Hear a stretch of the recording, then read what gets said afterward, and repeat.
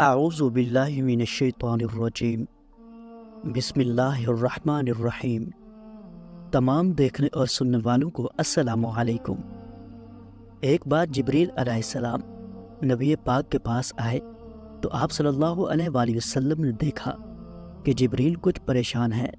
آپ نے فرمایا، جبریل کیا معاملہ ہے کہ آج میں آپ کو غمزدہ دیکھ رہا ہوں؟ جبریل نے عرض کی کہ اے محبوب، کل میں اللہ پاک کے حکم سے جہنم کا نظارہ کر کے آیا ہوں۔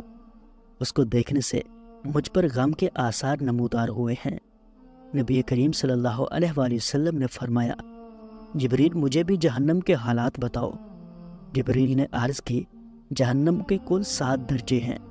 ان میں جو سب سے نیچے والا درجہ ہے، اللہ اس میں منافقوں کو رکھے گا۔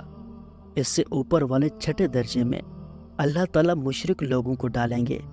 اس سے اوپر 5ویں درجے میں اللہ سورج اور چاند کی پرستش کرنے والوں کو ڈالیں گے۔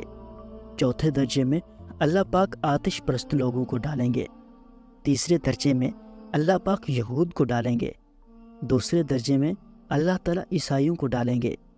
یہ کہہ کر جبریل علیہ السلام خاموش ہو گئے کہ نبی کریم صلی اللہ علیہ وآلہ وسلم نے پوچھا، جبریل آپ خاموش کیوں ہو گئے ہو؟ مجھے بتاؤ کہ پہلے درجے میں کون ہوگا؟ جبریل علیہ السلام نے عرض کیا، اے اللہ کے رسول، پہلے درجے میں اللہ پاک آپ کے امت کے گناہ گاروں کو ڈالیں گے۔ جب نبی کریم صلی اللہ علیہ وآلہ وسلم نے یہ سنا کہ میری امت کو بھی جہنم میں ڈالا جائے گا تو آپ بے حد غمگین ہوئے اور آپ نے اللہ کے حضور دعائیں کرنا شروع کی۔ 3 دن ایسے گزرے کہ اللہ کے محبوب مسجد میں نماز پڑھنے کے لیے تشریف لاتے، نماز پڑھ کر حجرے میں تشریف لے جاتے اور دروازہ بند کر کے اللہ کے حضور رو رو کر فریاد کرتے۔ صحابہ حیران تھے کہ نبی کریم پر یہ کیسی کیفیت طاری ہوئی ہے۔ مسجد سے حجرے جاتے ہیں، گھر بھی تشریف نہیں لے جاتے۔ جب تیسرا دن ہوا تو سیدنا ابو بکر سے رہا نہیں گیا، وہ دروازے پر آئے، دستک دی اور سلام کیا، لیکن سلام کا جواب نہیں آیا۔ آپ روتے ہوئے سیدنا عمر رضی اللہ تعالیٰ عنہ کے پاس آئے اور فرمایا کہ میں نے سلام کیا لیکن سلام کا جواب نہ پایا، لہٰذا آپ جائیں، ہو سکتا ہے آپ کو سلام کا جواب مل جائے۔ آپ گئے تو آپ نے 3 بار سلام کیا لیکن جواب نہ آیا۔ حضرت عمر نے سلمان فارسی کو بھیجا لیکن پھر بھی سلام کا جواب نہ آیا۔ حضرت سلمان فارسی رضی اللہ تعالیٰ عنہ نے واقعہ کا تذکرہ حضرت علی رضی اللہ تعالیٰ عنہ سے کیا۔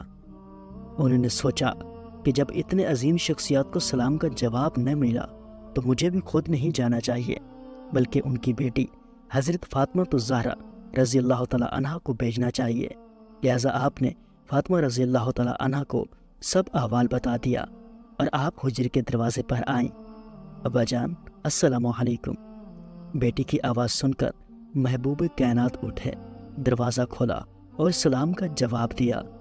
ابا جان آپ پر کیا کیفیت ہے کہ 3 دن سے آپ یہاں تشریف فرما ہیں؟ نبی کریم نے فرمایا کہ جبریل نے مجھے آگاہ کیا ہے کہ میری امت بھی جہنم میں جائے گی۔